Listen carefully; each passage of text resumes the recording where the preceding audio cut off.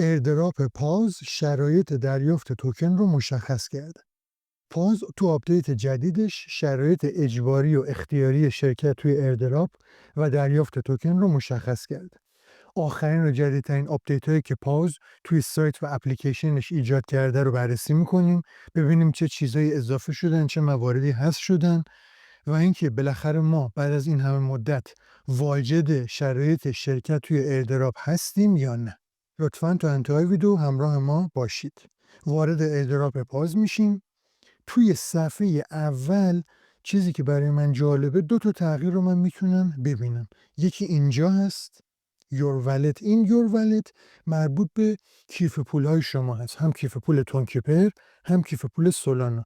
یه مقداری جمع و جورتر شده، مرتبتر شده، ظاهر بهتری پیدا کرده نسبت به آپدیت قبلی.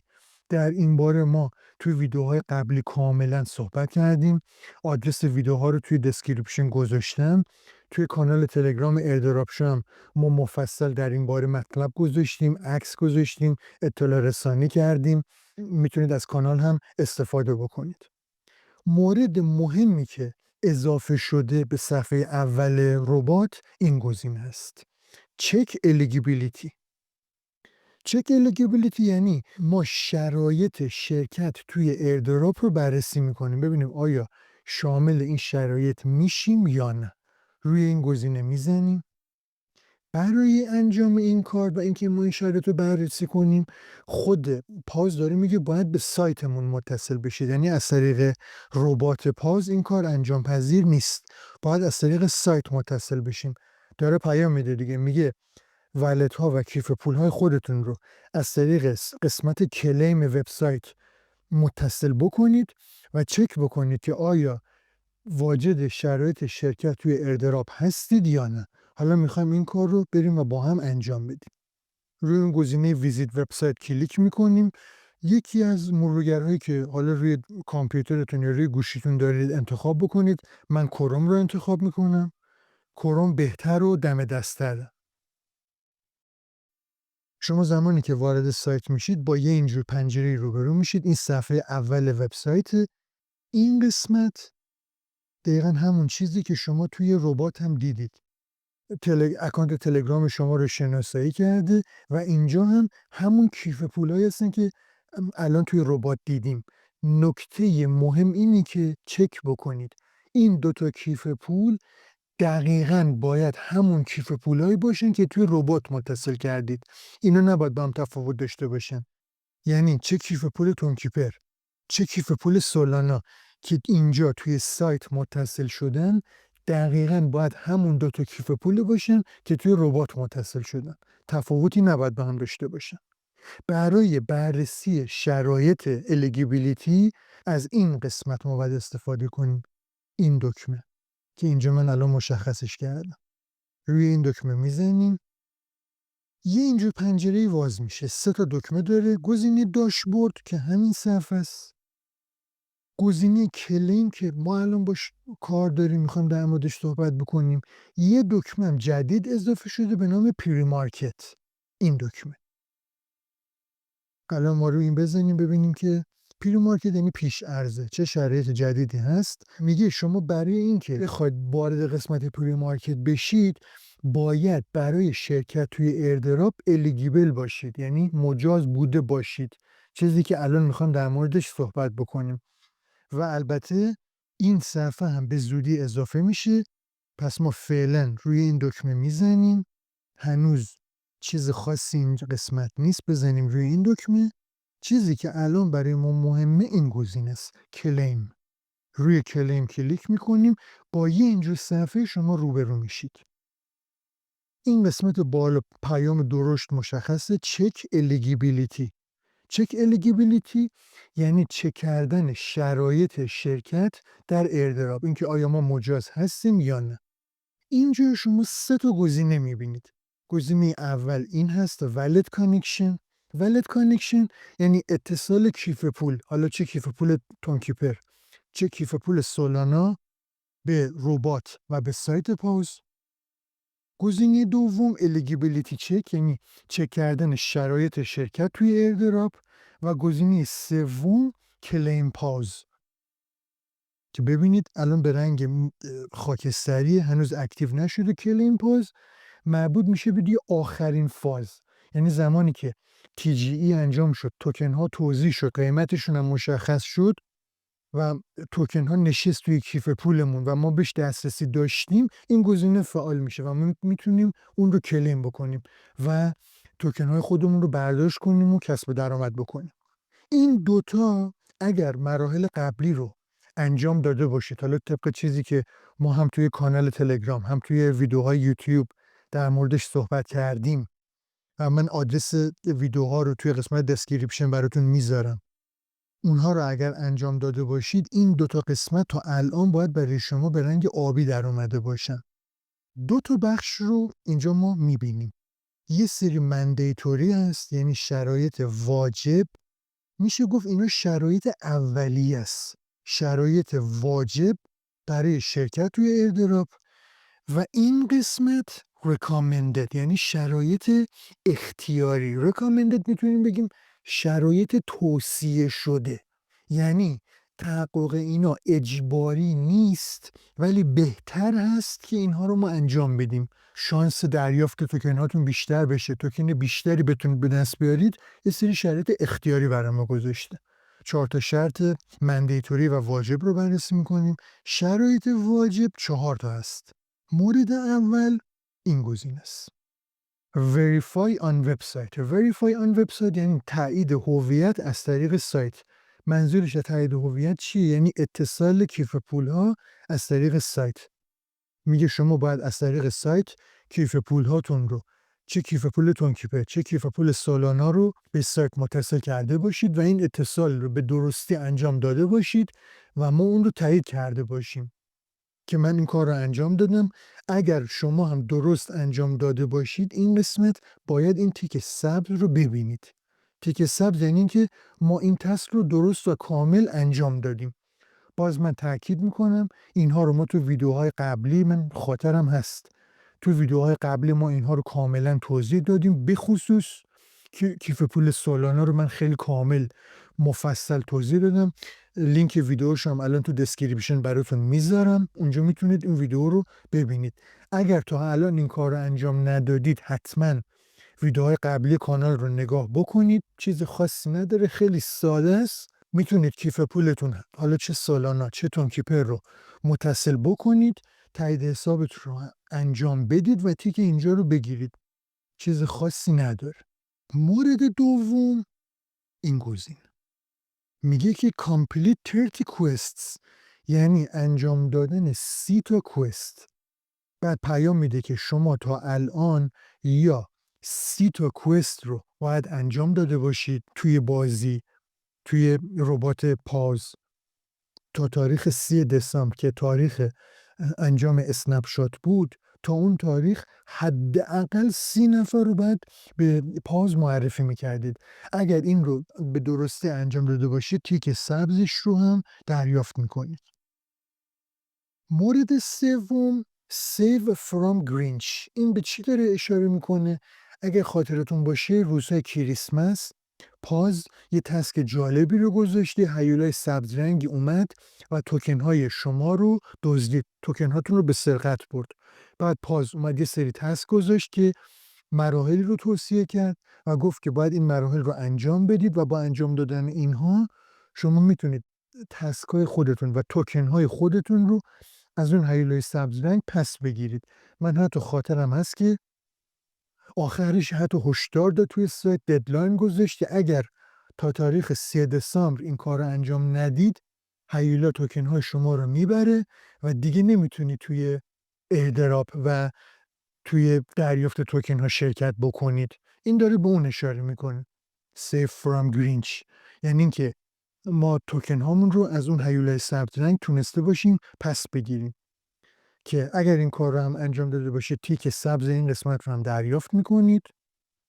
میگم این الان زمانش گذشته و اگر تا حالا این رو انجام ندادید، متاسفانه دیگه شانس دیگه ای نداریم. البته هنوز مشخص نیست که روند پاز به چه صورته. شاید برای این هم باز یه فرصت دیگه ای حالا در اختیار شما قرار بده. مورد چهارم این گزینه است، اکتیویتی چک. این هنوز فعال نشده. ببینید تو توضیحاتش هم نوشته available soon. پس اگر شما یه اینجور چیزی رو دیدید توی وبسایت خودتون، ناراحت نشید که این داره میچرخه. این داره میچرخه، این چیز مهمی نیست. داره میگه که اکتیویتی چک احتمالاً با توجه به فعالیتایی که شما از ابتدا داخل سایت و اپلیکیشن پاز انجام دادید، این برای شما تیک میخوره. اگر این سه تا تیک اول رو شما دریافت کرده باشید، به احتمال خیلی زیاد این هم برای شما تیک خواهد خورد. فعلا که این اکتیو نشده، زمانی که این هم اوکی شد، ما توی کانال تلگرام ایردراپ شو اطلاع رسانیش رو براتون انجام میدیم. پس اینها شد شرایط مندیتوری و اجباری که اینها برای شرکت توی ایردراپ لازم و اجباریه. یه سری شرط هم شرایط اختیاریه. باز من تاکید میکنم، ببینید نوشته recommended یعنی این اجباری نیست، یعنی توصیه شده است. بهتره که این شرط ها رو شما انجام بدید. اینا چی هستن؟ حالا موارد رو با هم بررسی میکنیم. مورد اول نوشته voting badge. اگه خاطرتون باشه اون اوایل که پاز تازه اومده بود بالا و تازه داشت خودش رو سر زبون ها مینداخت، یه سری سیستم رأیگیری گذاشته بود، پیاده کرده بود. مثلا بین ایردراپ های مختلف رأیگیری میکرد. من خاطرم هست مثلا بلوم بود، نات پیکسل بود، بامز بود. بین اینا رأیگیری میکرد و میگفت مثلا هر کدوم که آرای بیشتری دارن توی اون ایردراپ میومد یه سری توکن جایزه به شما میداد. الان چیزی که اینجا داره میگه اشاره میکنه به همون سیستم ووتینگ. حالا من اگر اینو بازش بکنم، با یه اینجور صحنه روبرو میشید، با یه بج. یعنی میگه یکی از این بچه ها رو خریداری بکنید. یه بج ساپورتره که من اینو خریداری کردم. میبینی که نوشته پوشش، یعنی خریداری شده. بقیه این هم سه تا بج مختلف هستن، دلفین، ویل و گوت، که هزینه‌ش هم زیرش نوشته. دلفین 2.9 تن، ویل 49.9 تن و گوت 99.9 تن. من باز میگم که من هیچ توصیه‌ای ندارم که اینو حالا خریداری بکنید یا نکنید. این یک ویدئوی آموزشیه. این تصمیم گیریش به عهده خودتونه. من خودم این کار رو انجام نمیدم، ولی اختیارش به عهده شماست که شما این کار رو انجام بدید یا انجام ندید. مورد دوم، اکسپلور تون. این رو روش بزنیم ببینیم این چی هست. اکسپلور تون برای خرید توکنی هست به اسم توکن WPAS. این که حالا این توکن چه ارتباطی با توکن اصلی پاز داره هنوز مشخص نیست. خود پاز هنوز به صورت رسمی در این باره هیچ اطلاع رسانی نکرده. شما این از طریق این نوار لغزنده میتونید این توکن های WPAS رو خریداری بکنید که برای این کار باید هزینه بکنید، باید تون هزینه بکنید. الان اینجا میگه که شما 1/10 تن هزینه بکنید تا 10 تا توکن WPAS برای شما خریداری بشه و شارژ بشه. ما هرچی این لغزنده رو بکشیم به سمت راست، میبینید که هم این میزان تونی که شما دارید پرداخت میکنید بیشتر میشه و از اون طریق تعداد توکن WPASتون هم بیشتر میشه. الان آخرین و بیشترین مبلغش 10 تونه دیگه. میگه شما اگر 10 تا تن از طریق کیف پولتون پرداخت بکنید، 5000 تا توکن WPAS براتون خریداری میشه. این که حالا مثلا این 5000 تا توکن WPAS معادل چه تعداد توکن پاز باشه هنوز مشخص نیست و بازی چیزی در موردش نگفته. مورد سوم هم پاز بالانس. میگه که تعداد توکن های شما که تا الان توی بازی جمع آوری کردید، تعداد توکن هاتون باید به حداقل 30,000 توکن برسه و چند تا تسک جدید داره به بازی اضافه میشه و حتما اونها رو هم انجام بدید که این رو بتونید به 300,000 تا برسونید. خوشبختانه این اجباری نیست و اختیاریه. یعنی جزء تسک های توصیه شده است که حتما تعداد توکن هاتون رو به حداقل 300,000 تا برسونید. پس ما شرایط اجباری و اختیاری رو بررسی کردیم. 4 تا شرط اجباری بود، 3 تا شرط اختیاری. حالا بزنیم روی این دکمه next، این کلیک خوره دیگه. بزنیم ببینیم که با چه وضعیتی روبرو میشیم. شما زمانی که روی این دکمه کلیک بکنید باید با یه اینجور صفحه روبرو بشید. اگر مراحل قبلی رو همه رو انجام داده باشید، به خصوص از بین اون 4 تا شرط واجب اون 3 تای اول رو انجام داده باشید و تیکش رو گرفته باشید، اینجا باید با یه همچین صفحه مواجه شده باشید. این بالا که همون پیام چک الیجیبیلیتیه، یعنی چک کردن شرایط شرکت توی ایردراپ، و این پایین هم پیام کانگرچولیشنز باید براتون به نمایش در بیاد. داره تبریک میگه، واجد شرایط شرکت در ایردراپ پاز هستید. کلیم کردن و برداشت توکن ها هنوز شروع نشده. در این زمینه از طریق کانال های رسمی با ما در ارتباط باشید. حالا منظورش خود اپلیکیشن رسمی پازه، کانال تلگرام رسمیشه، کانال توییترشه. میگه از این طریق با ما در ارتباط باشید. ما به زودی شرایط شرکت توی لیستینگ رو هم اونجا اعلام میکنیم. اگر اون مراحل قبلی رو، اون شرایط اجباری رو انجام داده باشید، اینجا شما باید این پیام کانگرچولیشنز رو ببینید و این 3 تا باید به رنگ آبی براتون در اومده باشه. مورد اول ولید کانکشن، اتصال کیف پول. مورد دوم الیجیبیلیتی چک، یعنی چک کردن شرایط شرکت توی ایردراپ. و مورد سوم کلیم پاز، یعنی برداشت توکن ها، کلیم کردن توکن ها. ما همه رو توضیح دادیم، چیز خاصی باقی نمیمونه. و در مورد پری مارکت هم که اول ویدیو صحبت کردیم که هنوز شرایطش مشخص نشده. این صفحه هم که هنوز این پیام برای ما ظاهر میشه.